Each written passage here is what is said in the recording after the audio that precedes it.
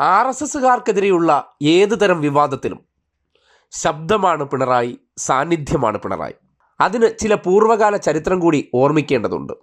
കാര്യം ഇന്നിപ്പോൾ അദ്ദേഹത്തെ വിദഗ്ധമായിട്ട് RSSൻ്റെ ആലയത്തിൽ കൊണ്ടുവന്ന് കെട്ടാനായിട്ട് കേരളത്തിൽ കോൺഗ്രസ്സുകാരും ലീഗുകാരും ജമാഅത്ത് ഇസ്ലാമിക്കാരും സുഡാപ്പിക്കാരും ശ്രമിക്കുന്ന സന്ദർഭത്തിൽ ഏറ്റവും ഒടുവിൽ RSS വാലുപൊക്കിയ സിനിമയോട് പോലും അത് നേരിട്ട് കണ്ട് ഐക്യപ്പെട്ട പിണറായി വിജയൻ നേരത്തെയും കേരളത്തിൽ RSSകാർ എപ്പോഴൊക്കെ പ്രശ്നമുണ്ടാക്കിയിട്ടുണ്ടോ അതിനോട് എങ്ങനെയൊക്കെയാണ് പ്രതികരിച്ചിരുന്നതെന്ന് നാട് ഓർക്കേണ്ട സന്ദർഭമാണ്. കാര്യം ചില സംഭവവികാസങ്ങൾ ഉണ്ടാകുമ്പോഴാണല്ലോ ചില ഓർമ്മപ്പെടുത്തലുകൾ കൂടി നമ്മൾ നടത്തേണ്ടത്. ആ നിലയ്ക്ക് നോക്കുമ്പോൾ മുൻപ് RSSുമായി ബന്ധപ്പെട്ട വിഷയങ്ങളിൽ പിണറായി നടത്തിയിട്ടുള്ള പ്രതികരണങ്ങളുണ്ട്, അതൊന്ന് കാണേണ്ടതാണ്.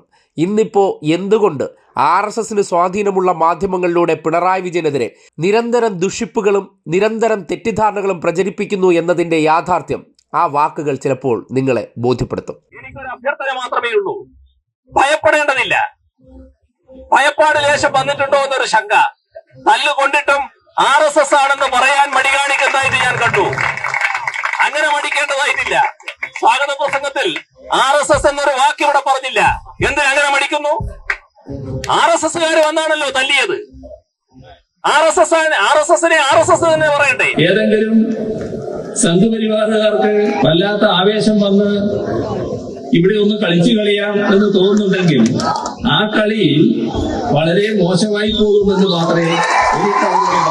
അങ്ങയുടെ തലയെടുക്കാൻ RSSന്റെ ഭാഗത്തു നിന്നുള്ള നീക്കം വരുന്നു, 1 കോടി രൂപ ഇനാം പ്രഖ്യാപിച്ചു എന്നൊക്കെ പറഞ്ഞിട്ടാണ് RSS നേതാവ് പറഞ്ഞു എന്നാണ് പറയപ്പെടുന്നത്. ഉജ്ജയിലെ RSS നമുക്ക് പറഞ്ഞിട്ടുണ്ട്, സംഘപരിവാർ പലരുടെയും തലയെടുത്തതാണല്ലോ, അതുകൊണ്ട് നമുക്കിപ്പോ സഞ്ചരിക്കാതെ പറ്റില്ലല്ലോ.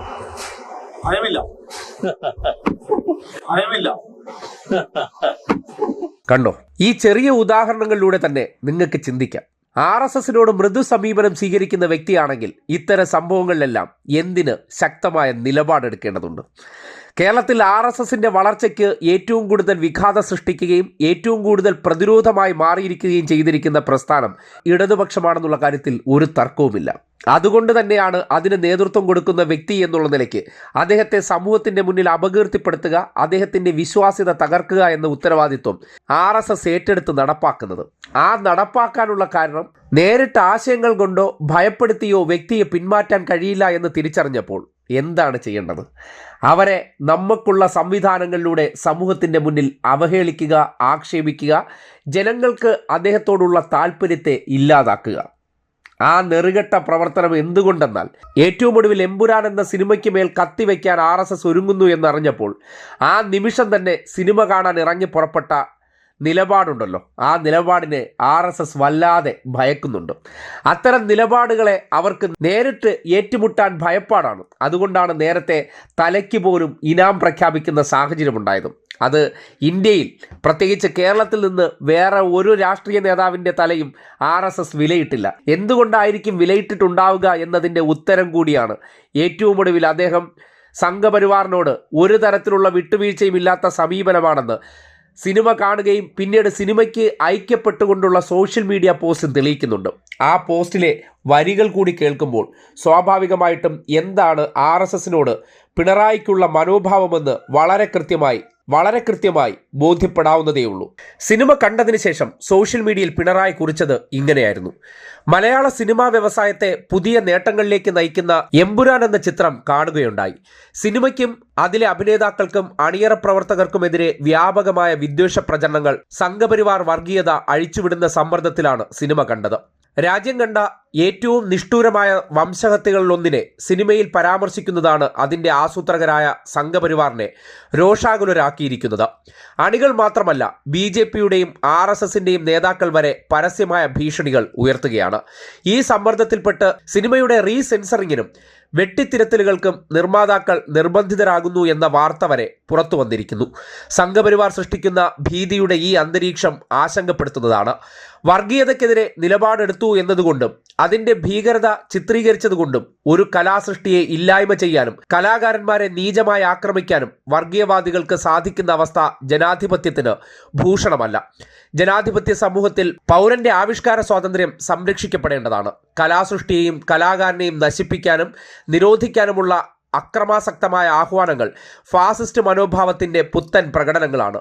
അത് ജനാധിപത്യ അവകാശങ്ങളുടെ ലംഘനവുമാണ്. സിനിമകൾ നിർമ്മിക്കാനും അവ കാണാനും ആസ്വദിക്കാനും വിലയിരുത്താനും യോജിക്കാനും വിയോജിക്കാനും ഒക്കെയുള്ള അവകാശങ്ങൾ നഷ്ടപ്പെടാതിരിക്കണം. അതിനായി ജനാധിപത്യ മതേതര മൂല്യങ്ങളിൽ അടിയുറച്ച ഈ നാടിൻ്റെ ഒന്നിച്ചുള്ള സ്വരം ഉയരണം. ഇതായിരുന്നു മുഖ്യമന്ത്രി സിനിമ കണ്ടതിന് ശേഷം നടത്തിയ സോഷ്യൽ മീഡിയ പോസ്റ്റും ഒപ്പം ആഹ്വാനവും. എന്താണ് മനസ്സിലാക്കേണ്ടത്? സംഘപരിവാറിനെതിരെ ഭയപ്പെടാതെ 4 അക്ഷരം എഴുതാനുള്ള ധൈര്യം ഇന്നിപ്പോൾ കേരള രാഷ്ട്രീയത്തിലുള്ള വ്യക്തി ആരെന്ന് ചോദിച്ചാൽ നിസ്സംശയം പറയാൻ പറ്റും, അത് പിണറായി വിജയൻ തന്നെയാണ്. മറ്റേത് രാഷ്ട്രീയക്കാരുടെ സോഷ്യൽ മീഡിയ പോസ്റ്റുകൾ എടുത്ത് നോക്കിയാലും ഇത്രയും ശക്തമായ വാക്കുകൾ കുറിച്ചിട്ടുണ്ടോ ഇല്ലയോ എന്ന് നിങ്ങൾക്ക് പരിശോധിക്കാവുന്നതാണ്. അതുകൊണ്ടാണ് RSSന്റെ ആലയത്തിൽ കൊണ്ടുവന്ന് പിണറായി വിജയനെ കെട്ടുക, അതിലൂടെ മതേതര സോഷ്യലിസ്റ്റ് ചിന്താഗതിക്കാർക്ക് പിണറായി വിജയനിൽ അവമതിപ്പുണ്ടാക്കുക എന്നുള്ള സംഘടിതമായിട്ടുള്ള വിഷലിപ്തമായ ചിന്താഗതി ചിലയിടങ്ങളിൽ ഉണ്ടാകുന്നുണ്ട്. അവർക്ക് കൃത്യമായി പിണറായി വിജയൻ എന്ന വ്യക്തിയെ മനസ്സിലാക്കാൻ കൂടിയുള്ള അവസരമാണ് ഇപ്പോൾ കടന്നു പോകുന്നത്. പല രാഷ്ട്രീയ നേതാക്കന്മാരും സിനിമ കാണുന്നതേ ഉള്ളൂ, അല്ലെങ്കിൽ കാണാൻ പോകുന്നതേ ഉള്ളൂ. പിണറായി വിജയൻ എന്ന മുഖ്യമന്ത്രി വിവാദമുണ്ടായ പശ്ചാത്തലത്തിൽ തന്നെ തിരക്കുകൾ മാറ്റിവെച്ച് സിനിമ കണ്ട അദ്ദേഹത്തിൻ്റെ RSSനോടുള്ള നിലപാട് എന്താണെന്ന് വീണ്ടും പരസ്യമായി പ്രഖ്യാപിച്ചിരിക്കുകയാണ്. അതിൻ്റെ പേരാണ് ഈ നാട്ടിൽ ചില വർഗീയ ശക്തികളോട് സമരസപ്പെടില്ല എന്നുള്ള ശക്തമായ ആഹ്വാനമാണെന്നുള്ള കാര്യത്തിൽ ഒരു സംശയവും വേണ്ട തന്നെ.